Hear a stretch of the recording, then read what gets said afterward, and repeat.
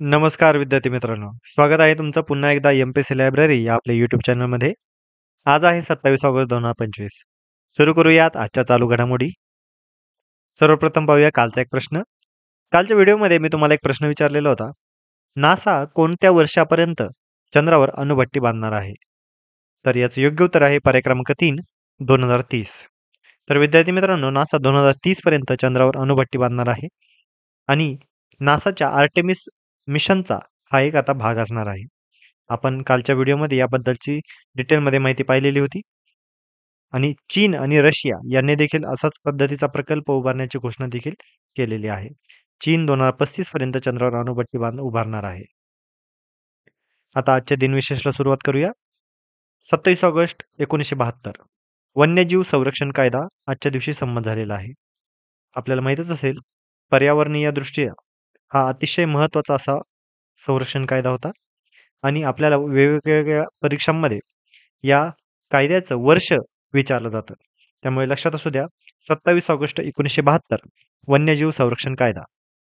त्यासोबतच 27 ऑगस्ट 1979 भारताचे शेवटचे व्हाईसरॉय आणि स्वतंत्र भारताचे पहिले governor general viceroy Louis Mountbatten यांचं निधन झालेलं होतं. लक्षात घ्या, स्वतंत्र भारताचे पहिले गव्हर्नर जनरल व्हाईसरॉय हे लुई माउंटबॅटन हे होते. त्यांचं आजच्या दिवशी निधन झालेलं होतं. तसेच 27 ऑगस्ट 1947 या दिवशी PTI या संस्थेची स्थापना करण्यात आलेली होती. आपल्याला माहीत असेल, प्रेस ट्रस्ट ऑफ इंडिया याबद्दल आपण आता थोड्या वेळात पाहणारच आहोत. तर आजच्या दिनविशेष अतिशय महत्त्वाचे आहेत. वन्यजीव संरक्षण कायदा, लॉर्ड माउंटबॅटन यांचं निधन आणि PTI या संस्थेची स्थापना. तर आता थोडक्यात पर्यावरणीय कायद्यांविषयी आपण आता थोडक्यात माहिती पाहूया. महत्त्वाचे पर्यावरणीय कायदे. पर्यावरण संरक्षण अधिनियम 1986 यालाच एन्व्हायरमेंट प्रोटेक्शन ऍक्ट असं देखील म्हटलं जातं इंग्लिशमध्ये. भोपाळ वायू दुर्घटनेनंतर हा कायदा लागू करण्यात आलेला होता. पर्यावरणाचे संरक्षण आणि सुधारणा यासाठीचा हा कायदा होता. त्यानंतर पाणी प्रदूषण प्रतिबंध व नियंत्रण अधिनियम 1974, हवा प्रदूषण प्रतिबंध व नियंत्रण अधिनियम 1981, वन्यजीव संरक्षण अधिनियम 1972.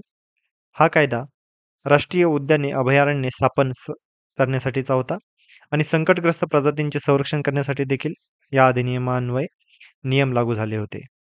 त्यानंतर वन संरक्षण अधिनियम 1980, जंगल क्षेत्राचे संवर्धन करण्यासाठीचा हा अधिनियम होता.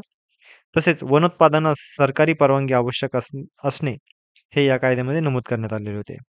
त्यानंतर राष्ट्रीय हरित लवाद अधिनियम 2010 म्हणजेच national green tribunal act NGT हा 2010 साली संमत करण्यात आलेला होता. पर्यावरणीय वादांचे त्वरित निवारण करण्यासाठी हा लवाद अधिनियम कायदा सुरुवात करण्यात आलेला होता. या अंतर्गत दंड व नुकसान भरपाई निश्चित करण्यात आलेली होती. तर हे पर्यावरणीय कायदे आपल्याला वेगवेगळ्या परीक्षांमध्ये विचारले जातात. यांचे वर्ष आपल्यासाठी खूप खूप महत्त्वाचे आहेत. आपण त्याचे वर्ष, त्यांचे नाव आणि तो कशाशी रिलेटेड आहे या सर्व बाबी आता आपण ऑलरेडी पाहिलेल्या आहेत. काही आंतरराष्ट्रीय उपक्रम देखील आहेत जे आपल्यासाठी महत्त्वाचे आहेत. एक तर आहे स्टॉकहोम परिषद 1972ची, जी पर्यावरणाबद्दल जागतिक पातळीवरील पहिला करार संबोधला जातो. त्यानंतर रिओ परिषद 1992, जी शाश्वत विकासावर भर देण्यासाठीची परिषद होती.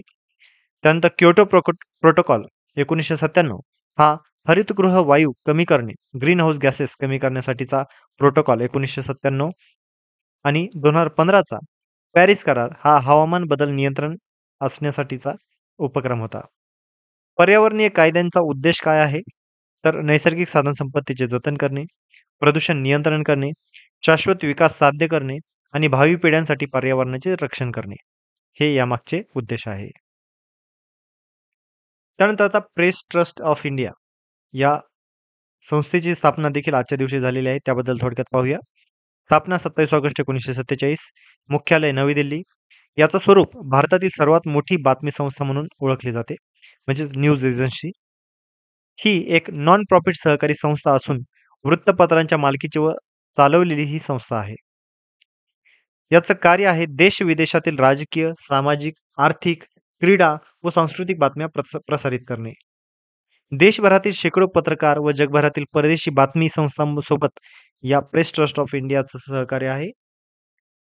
भारतातील जवळ-जवळ सर्व मोठी वृत्तपत्रे व इलेक्ट्रॉनिक माध्यमे पी-टी-आयवर बातम्यांसाठी अवलंबून असतात आणि यामार्फतच सर्व मीडिया प्लॅटफॉर्मला बातम्या मिळतात.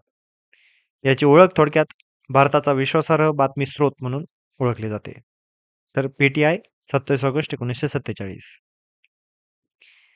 त्यानंतर आता चालू घडामोडींमध्ये महत्त्वाची बातमी म्हणजे शर्वरी शेंडेने सुवर्ण पदक पटकावलेले आहे. तर 18 वर्षाखालील तिरंदाजी विश्व अजिंक्यपद स्पर्धेमध्ये भारताच्या शर्वरी शेंडे या खेळाडूने सुवर्ण पदक पटकावलेले आहे. पुण्याच्या या 16 वर्षीय शर्वरी शेंडे हिने उपांत्य आणि अंतिम फेरीतील रिकव्हरमधील बलाढ्य देश दक्षिण कोरियाच्या स्पर्धकांना मात देत हे पदक पटकावलेले आहे. अंतिम सामन्यात तर शूटआउटवर परफेक्ट 10 गुण पटकावत तिने हे पदक मिळवलेले आहे. त्यामुळे नाव लक्षात असू द्या, शर्वरी शेंडे. तिचा खेळ आहे तिरंदाजी. त्यानंतर ढगफुटीमुळे 46 बळी आता नुकतेच झालेले आहेत. जम्मू काश्मीरमधील चोसिती येथील दुर्घटनेमध्ये 167 बचावलेले आहेत. ही ढगफुटी कुठे झालेली आहे? तर चोसिती हा किश्तवाड या ठिकाणी ही ढगफुटी झालेली आहे. हे ठिकाण समुद्र सपाटीपासून 9,500 फूट उंचीवर आहे. याचं जिल्हा मुख्यालय किश्तवाडपासून 90 किलोमीटरवर आहे. जीवितहानी का वाढली? तर चोसिती येथे मचेली मातेचे मंदिर आहे. सध्या देवीची यात्रा तिथे सुरू आहे आणि ढगफुटी घडली त्यावेळेस भाविक चढण चढत होते. लंगरच्या ठिकाणी सर्वाधिक हानी यामार्फत झालेली आहे. त्यामुळे लक्षात असू द्या. डिझास्टर मॅनेजमेंट या घटकामध्ये आपल्याला याविषयी प्रश्न विचारला जाऊ शकतो. जम्मू काश्मीरमधील चोसिती या ठिकाणी ढगफुटी झालेली आहे. त्यानंतर पुन्हा एकदा क्रीडा घटकाशी रिलेटेड महत्त्वाची बातमी म्हणजे अंकिता ध्यानी. आता हे एक चर्चेतलं नाव आहे. अंकिताने राष्ट्रीय विक्रमासह सुवर्ण पदक पटकावलेलं आहे. पुन्हा एकदा आता विविध खेळाडूंच्या आधारावर प्रश्न विचारले जातात, की अंकिता ध्यानी कोणत्या खेळाशी निगडीत आहे? किंवा आता आपण जे पाहिले शर्वरी शेंडे ही कोणत्या खेळाशी निगडीत आहे? अशा पद्धतीचे प्रश्न विचारले जातात. तर त्यामुळे अंकिता ध्यानी ही आता हिने देखील सुवर्णपदक पटकावलेले आहे. तर ऑलिम्पियन धावपटू अंकिता ध्यानीने इस्रायलमधील ग्रँड स्लॅम जेरुसलेम ॲथलेटिक्स स्पर्धेमध्ये 2000 मीटर स्टीपल चेजमध्ये राष्ट्रीय विक्रम मोडत सुवर्णपदक पटकावलेले आहे. तर लक्षात असू द्या, अंकिता ध्यानी ही स्टीपल चेस या क्रीडा प्रकारात खेळते आणि या प्रकारामध्ये आता तिने नुकतेच सुवर्णपदक पटकावलेले आहे. 23 वर्षीय अंकिताने या स्पर्धेमध्ये 6 मिनिटे आणि 13.92 सेकंद अशी वेळ नोंदवत पारुल चौधरीचा 6 मिनिटे 14.38 सेकंद इतका मागील राष्ट्रीय विक्रम देखील तिने आता या स्पर्धेमार्फत मोडलेला आहे. त्यामुळे लक्षात असू द्या, अंकिता ध्यानी ट्रिपल चेस यामध्ये राष्ट्रीय विक्रम मोडत तिने आता विक्रम नोंदवलेला आहे आणि इस्रायलमध्ये झालेल्या ग्रँड स्लॅम जेरुसलेम ॲथलेटिक्स स्पर्धेमध्ये तिने सुवर्णपदक पटकावलेले आहे. तर विद्यार्थी मित्रांनो, या होत्या आजच्या चालू घडामोडी.